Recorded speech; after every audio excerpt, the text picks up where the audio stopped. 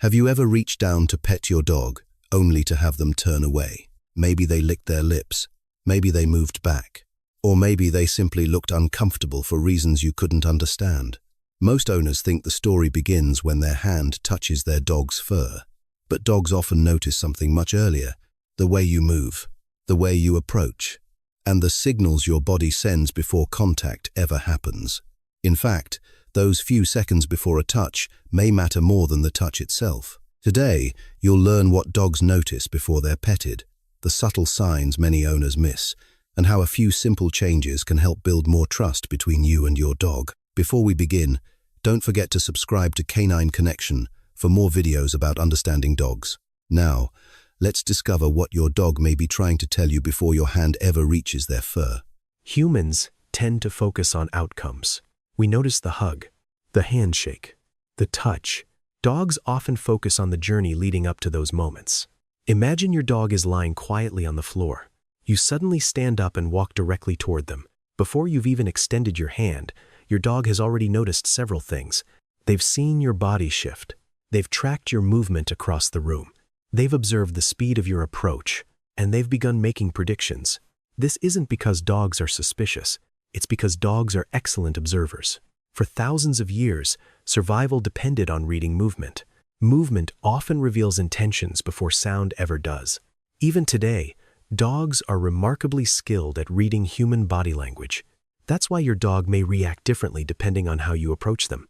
A calm and predictable approach often feels safe. A rushed or sudden approach can create uncertainty, and uncertainty matters. Because for dogs, safety often begins with predictability. The easier it is to understand what you're about to do, the easier it is for your dog to relax. Many dog owners assume that if a dog loves them, the dog should enjoy any kind of affection. But dogs, like people, have personal preferences. Some dogs enjoy chest rubs, others prefer gentle scratches under the chin, and some simply enjoy sitting beside their favorite person without much physical contact at all. One common mistake is assuming that every dog enjoys being petted on the head. To us, a head pat feels friendly and affectionate. But for some dogs, a hand coming down from above can feel uncomfortable or overwhelming. This doesn't mean all dogs dislike head pats. Many dogs tolerate them. Some even enjoy them. But tolerance and enjoyment are not always the same thing. A dog may stay still during petting while quietly wishing the interaction would end. That's why understanding your individual dog is so important. Instead of asking, "Why doesn't my dog like being petted this way?"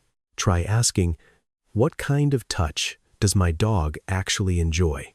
The more we pay attention to our dog's preferences, the easier it becomes to build trust and make every interaction more comfortable for them. When people think about an uncomfortable dog, they often imagine a growl or a snap. But most dogs don't start there. In fact, many dogs try several quieter signals first. They may lick their lips, turn their head away, avoid eye contact, or lean slightly away from your hand. These behaviors can seem small, but they often carry an important message. Your dog may be saying, "I'm not completely comfortable," or "Can we slow down?" The challenge is that these signals are easy to miss.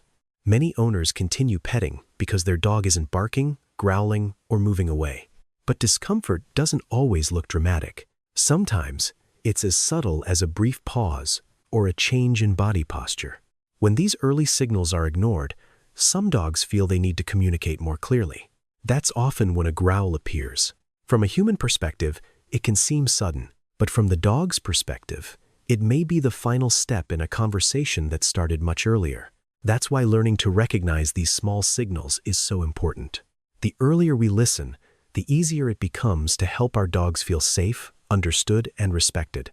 Most dog owners pet their dogs because they want to provide comfort. But sometimes, the way we touch our dogs can create stress instead. Not because we're being unkind, but because dogs and humans often experience touch differently. One common example is the head pat. To us, it feels friendly and affectionate.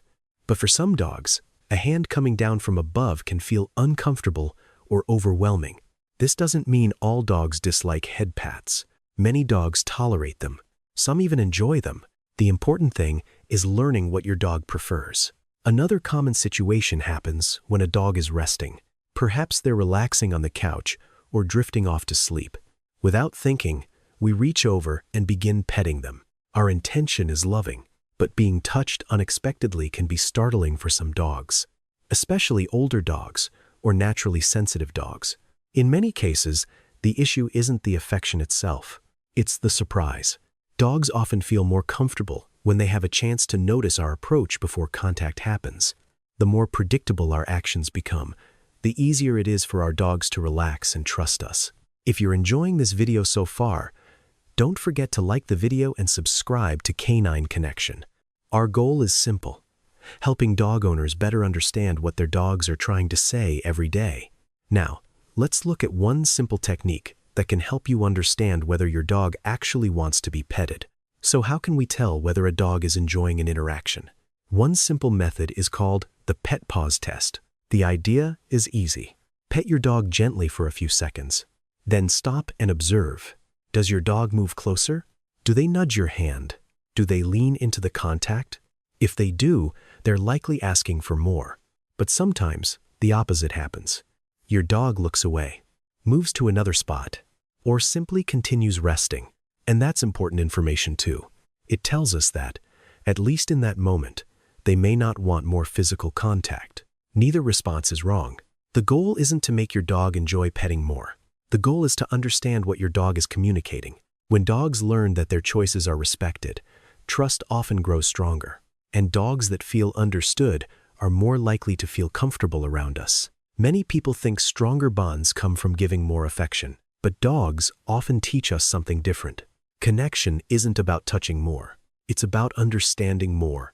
The next time you reach out to pet your dog, take a moment to observe first. Watch their body language, notice the small signals, and give them the chance to tell you how they feel. Because the best relationships are built when both sides are heard. Thank you for watching Canine Connection. If you enjoyed this video, leave a comment below. What does your dog usually do right before you pet them? And we'll see you in the next video.